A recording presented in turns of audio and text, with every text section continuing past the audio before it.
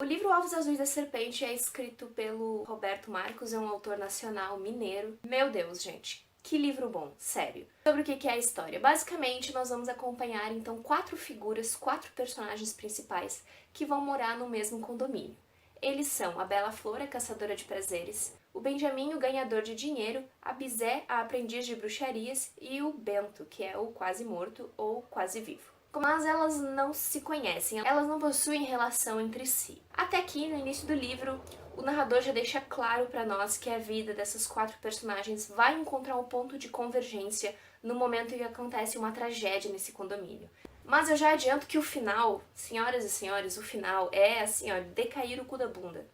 Certo? Perdoe a expressão com palavrão se você não gosta, mas eu não consegui encontrar outra coisa que definisse o que eu senti com o final desse livro. Então, assim, se você, assim como eu, gosta de finais com reviravolta, talvez Os Ovos Azuis da Serpente seja um livro pra você.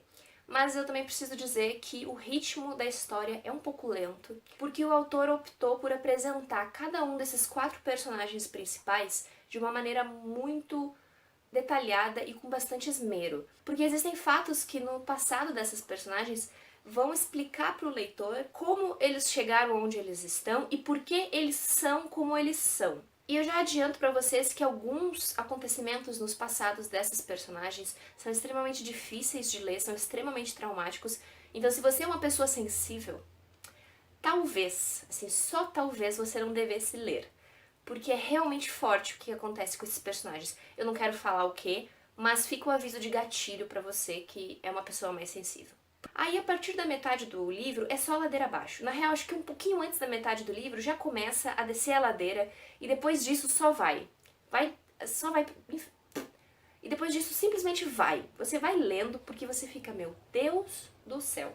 Então digamos que a narrativa da história ela tem um clima crescente, mas ela não é uma narrativa de ação. Nós realmente conhecemos essas personagens de maneira bem profunda para que a gente possa entender elas, porque o importante nesse livro não são as ações, mas as personagens. Isso pode não parecer, mas à medida que você vai lendo e descobrindo o que aconteceu com esses personagens, você fica engajado na leitura. Ainda nessa questão da narrativa, a leitura vai acabar exigindo um pouco do leitor, porque o jeito que o autor escreve é um jeito que você encontra em qualquer livro. É algo bem mais trabalhado, é algo bem mais lapidado. E eu realmente acho que esse tipo de escrita, que esse estilo de escrita que você encontra em Os Ovos Azuis da Serpente, também é muito influenciado pelo tipo de narrador que você vai ter nessa história.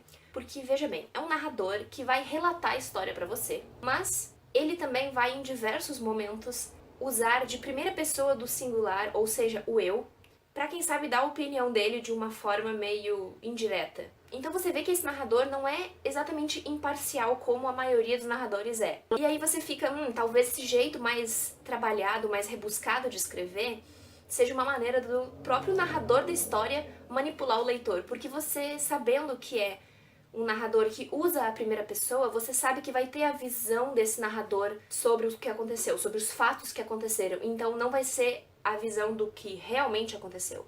Assim, ele vai te contar a história. Você vai saber o que vai acontecer, mas você tem que estar ciente de que ele não é um narrador completamente imparcial. Porque realmente vai parecer em alguns momentos que o narrador, ele foi alguém que investigou essa história a fundo para contar para nós. Como se fosse um narrador detetive ou mesmo um jornalista investigativo. Por isso, então, cuidado com o narrador dos Ovos Azuis da Serpente. Você pode estar sendo manipulado e você nem sabe. Anteriormente eu citei pra vocês que os quatro personagens são a Bela Flor, a caçadora de prazeres, a Bizé, a aprendiz de bruxarias, o Benjamin, o ganhador de dinheiro, e o Bento, que é o quase morto ou quase vivo. Então, esses nomes que eles recebem logo após o nome principal das personagens são chamadas de epítetos. E epíteto é uma coisa usada desde a antiguidade clássica, desde a literatura clássica, como por exemplo você tem em Ilíada o Aquiles, ele é chamado de Aquiles, ou o de pés ligeiros, ou o filho de Tétis. Então é um recurso literário que já existe há bastante tempo e que o autor inseriu aqui, e eu fiquei me perguntando por quê.